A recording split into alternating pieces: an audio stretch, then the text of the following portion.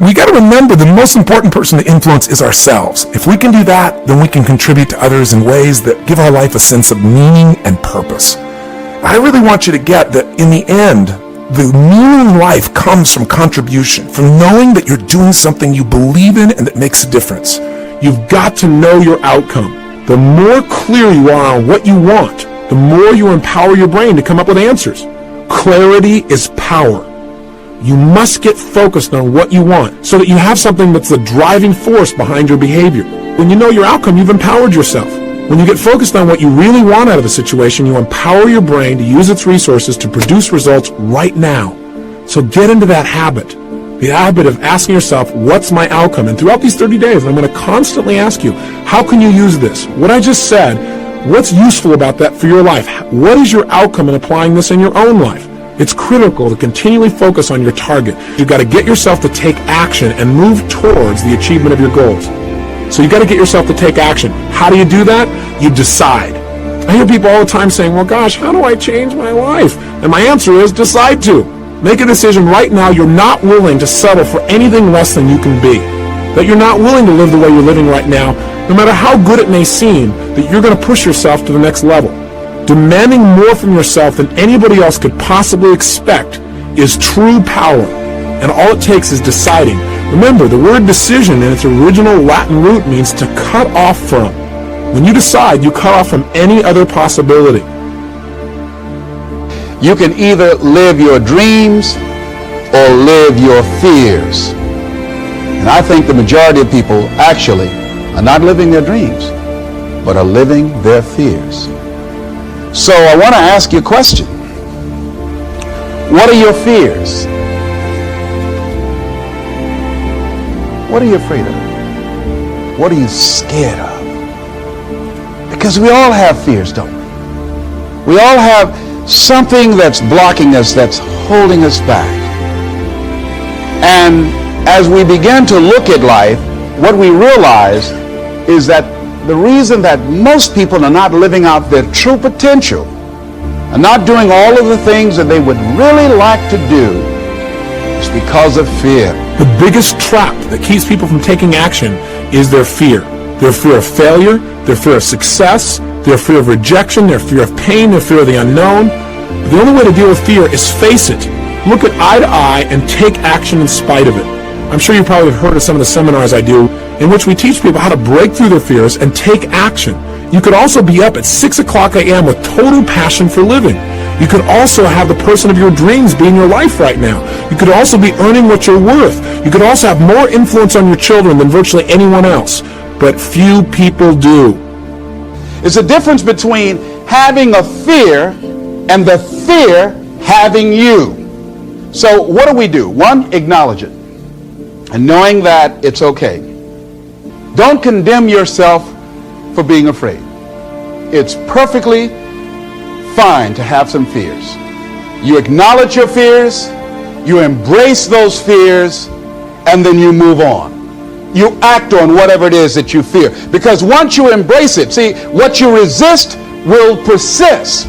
What you resist will persist. So one of the most important things is to begin to embrace your fear. It's not what we can do in life that makes the difference. It's what we will do. And we don't follow through because we don't know what we want oftentimes. And when we know, we're afraid to take action. Listen, fear can serve us. Fear isn't all bad. So it'll make us pay attention, as long as fear is a counselor and not a jailer. Make sure that you listen to your fear, make some more distinctions, and then get yourself to take action in spite of it. When you change the way you look at things, the things you look at change. Albert Einstein once observed that you have the most fundamental and major decision that you have to make in your life is this: do I live in a friendly or a hostile universe? Which is it? Is it a universe that is filled with hostility and anger and people wanting to hate each other and people wanting to kill each other? Is that what you see? Because when you see the world that way, that's exactly what you will create for yourself in your life. This is from great scientific minds. And the interesting thing is that this is not just a clever play on words, that when you change the way you look at things, the things you look at change. It's actually a very scientific thing, and I'm going to show you that in just a moment. I'd like you to imagine the following scene. You're in your house. You've got your car keys in your hand. The lights go out. Power failure. You can't see a thing. You stumble around in your living room and you drop your keys. And you look around for a moment and you realize that you're never going to find them in the dark. But you look outside and you notice that the street lights are on. So in your mind, a light bulb goes off. I'm not going to sit around here in the dark and grope around looking for my keys when there's a light on outside. I'm going to go out here under the street light. I'm going to look for my keys. Why are you laughing? This makes a lot of sense. So you're out here and you're groping around and you're looking for your keys and you're looking and looking, and your neighbor comes along and says, "What happened, Wayne?" "Well, I dropped my keys." "Oh, I'll help you look for them."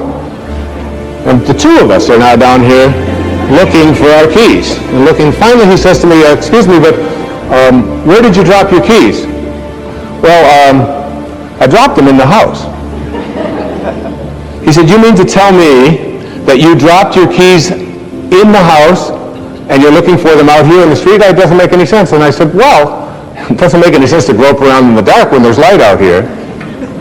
Now you laugh and you think how silly that is, but isn't that exactly what we do when we have a problem, a difficulty, a struggle that is located inside, and we're looking for the solution outside?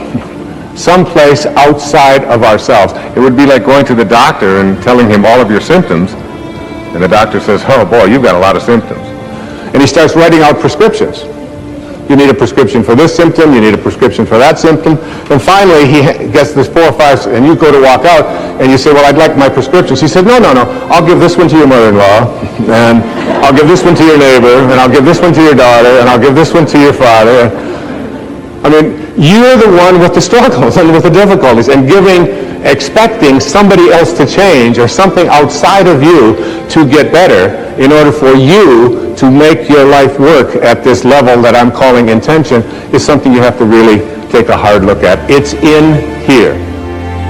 What we found in our research, which surprised me, high performers do not report working on their strengths any more than regular people. So that's not what gives them the edge. One of the chapters opens up with this guy. He wrote this email, really highly successful guy, and he wrote this email and he says, and I'd put him through all this. I put him through StrengthsFinder, the Berkman, the Colby, the Myers-Briggs, put him through everything. This is one of my first coaching clients ever. I knew everything about him. We knew all his background. We did all the homework. Had his peer review, his 360 assessments from work, and then I watched him fail for 2 years. And he wrote me this email, and he said, "Brendan, stop telling me what successful people are like, because we know my strengths, I'm not getting ahead, and start telling me what they do." And that's what this book became. It's like, what do you need to do? Because in this email he wrote this, which is where that finding came from. He said, this was so good. Listen to this line. He said, "As a leader, I have to be honest with myself that my mission and vision should never be made to bow down to my limited human strengths. I should have to rise up to my mission or vision. The strengths aren't the relevant thing. The question is, what is necessary for me to develop into to reach that mission?" It's like, your strengths are great, and it's like, yes, of course they're your strengths, but that's kind of like, what I tell people is like, let's imagine you have a bear, and that bear wants to go on top of this cliff over here, and it's never been on the cliff, and it wants to get that new honey up there, right?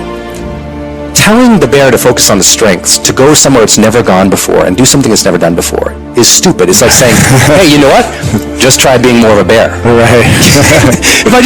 If you say, "Brendan, I got this big new vision," I just say, "Just try being more of Lewis." I mean, it's a spiritual level that feels good, but you and I both know you're going to have to develop far beyond your comfort zones, and strengths are typically comfort zones. We got to overcome that and go to the next level. And develop new skills and overcome certain fears and all these other things that are going to help us get to the next level. Yes. Yeah. The whole conversation of beyond the comfort zone really requires us to go beyond our strengths. You hang around people that are changing will not change you.